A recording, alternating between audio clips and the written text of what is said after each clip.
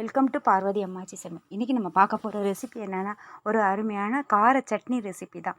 இது நம்ம டக்குன்னு 10 நிமிஷத்துக்குள்ளாரே நம்ம செஞ்சு முடிச்சிடலாம். இது இட்லி தோசைக்கு ரொம்ப அட்டகாசமாக இருக்கும். வாங்க வீடியோக்குள்ளே போவோம். இந்த சட்னி ரெசிபி எப்படி செய்யறதுன்னு பார்ப்போம்.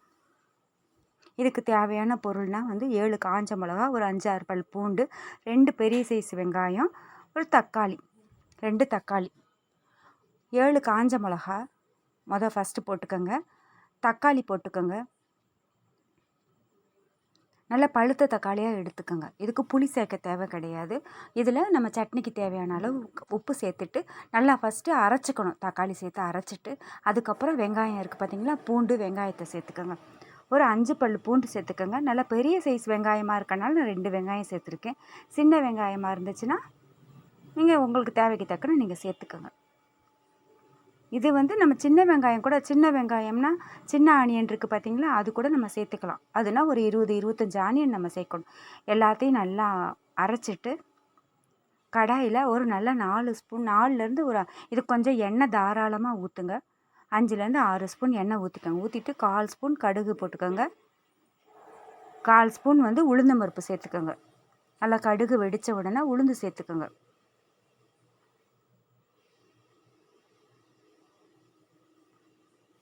அதுக்கப்புறம் கருவேப்பிலை போட்டுக்கோங்க. நல்லா பொரிஞ்ச உடனே செவக்கட்டும். உளுந்து நல்லா செவந்து வந்த உடனே கருவேப்பிலையை போட்டுட்டு அரைச்ச மிக்ஸி ஜாரில் உள்ளதை தூக்கி சேர்த்துற வேண்டியதுதான்.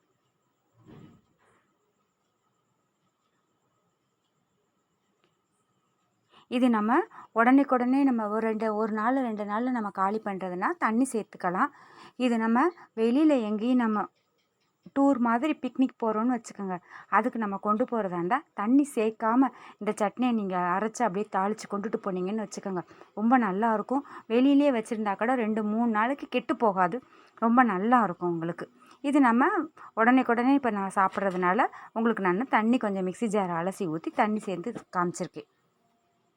இது ரொம்ப நல்லாயிருக்கும். சின்ன வெங்காயம் சேர்த்து செய்யும் பொழுது அது இன்னும் ரொம்ப நல்லாயிருக்கும். இது நான் பெரிய வெங்காயம் சேர்த்துருக்கேன். நல்லா கொதிக்கட்டும். கொதித்து அந்த வெங்காயத்தினுடைய பச்சை வாசனை பூரா போகட்டும். போன உடனே எண்ணெய் நல்லா மிதந்து வந்துடும். நம்ம ஊற்றின எண்ணெய் பூரா நல்லா மிதந்து வெளியில் வந்துடும். அதுதான் அளவு. உங்களுக்கு காரம் அதிகமாக இருக்குன்னு அப்படி சின்ன பிள்ளைங்க சாப்பிட்ற மாதிரி வேணும்னா இதில் கொஞ்சோண்டு நாட்டு சர்க்கரை சேர்த்துக்கோங்க. அப்போ பேலன்ஸாக இருக்கும். காரம் உரப்பு தெரியாது நாக்குக்கு. பெரியவங்களுக்கு காரம் நம்ம சாப்பிடுவோம். சின்ன பிள்ளைங்க சாப்பிடும்போது காரம் எடுத்துக்காதுங்க. உரப்பு நாக்கில் தட்டுப்படும். அதுக்காக தான் கொஞ்சோண்டு நாட்டு சக்கரை சேர்த்துக்கிறது. அவ்வளோதான்.